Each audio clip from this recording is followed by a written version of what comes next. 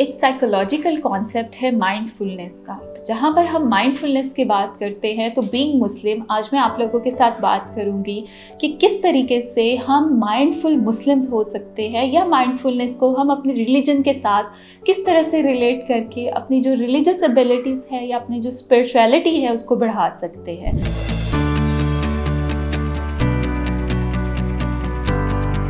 मेरा नाम आमना इफ्तिखार है और मैं एक माहिर नफ्सियात हूँ और करंटली मैं rainbow obesity and eating disorder centre Shadman में काम कर रही हूँ।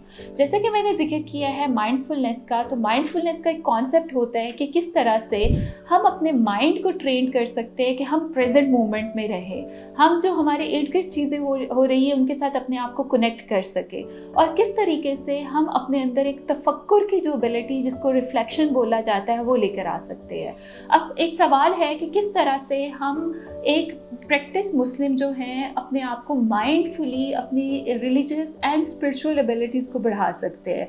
तो देखिए, जब मैं माइंडफुलनेस की बात करती हूँ तो उसमें पहला कॉन्सेप्ट आ जाता है हमारी प्रेयर का, हमारी नमाज का, हमारी जब आप सलाह की तरफ जाते हैं, नमाज की तरफ जाते हैं, तो ये पहला कॉन्सेप्ट है जिस पे हम अगर माइंडफुल हैं कि मैं एक नमाज अदा करने जा रहा हूँ तो मैं उस पर अंदर प्रॉपरली इन्वॉल्व हूँ, मैं उसके कॉन्सेप्ट को समझूँ, मैं जो वर्सेस अदा कर रही हूँ अगर मैं उसके बारे में जानती हूँ, तो ये है the meaning of how we can practice the religion mindfully, कि आपको उस चीज़ का पता हो। सेकंड माइंडफुलनेस में कॉन्सेप्ट आता है रिफ्लेक्शन का, या उर्दू में जिसको हम तफक्कुर बोलते हैं। तो हमारे रिलीजन ने या इस्लाम हमें जो टीच करता है सोचने की सलाहियत को बढ़ाने के लिए, जैसे कि मल्टीपल जगहों पर कुरान में जिक्र है कि अकल वालों के लिए निशानियां हैं। तो ये कॉन्सेप्ट हमें माइंडफुलनेस के साथ अगर हम देखें तो जितना आप इन्वॉल्व होंगे, जितना आप रिफ्लेक्ट करेंगे, जितना आप तफक्कुर करेंगे, उतना बेहतर आप अपने आप को जो है वो फील करेंगे। लगता है बाजार के खाने बहुत खाते हो। जी डॉक्टर साहब, मैं ये मेडिसिन प्रिस्क्राइब कर रहा हूँ, वो आप ले लेना। अब कोई भी मसला हो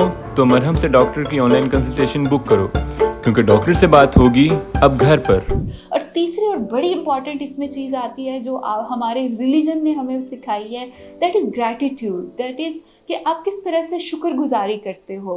तो बीइंग माइंडफुली हम ये देखते हैं कि जैसे ही जब हम even we open the Quran तो हमारी जो पहली लाइन आती है वो ये अल्हम्दुलिल्लाह रब्बिल आलमीन, कि आप अपने रब का जो है वो शुक्र अदा करते हैं। तो ये कॉन्सेप्ट हमें अगर हम इसकी साइकोलॉजिकल डेप्थ में देखें तो बहुत सारे साइकोलॉजिकल डिसऑर्डर्स होते हैं जिसमें आप शुक्र नहीं करते हो, जिसमें हम कंपैरिजन करते हैं, जिसमें हम नाउमीदी की तरफ जाते हैं। तो अगर आप माइंडफुली इन कॉन्सेप्ट्स को अपने रिलीजन का हिस्सा बनाते हुए प्रैक्टिस करते हैं तो आप साइकोलॉजिकल भी, दुनियावी तौर पर भी, और अपने रिलीजन एंड स्पिरिचुअल उस डोमेन को भी बहुत जो है वो इम्प्रूव कर सकते हैं। और यकीनी तौर पर जब आप माइंडफुल हैं तो आप दीन को और दुनिया को साथ लेकर चलते हैं, जिससे आप कामयाबी की तरफ बढ़ते हैं। तो कोशिश करें कि अपनी जितनी रिलीजियस एक्टिविटीज़ हैं वो माइंडफुली करें, उनके कॉन्सेप्ट के बारे में जानें और कोशिश करिए कि आप तफक्कुर का, रिफ्लेक्शन की जो एक एबिलिटी है और ग्रैटिट्यूडनेस,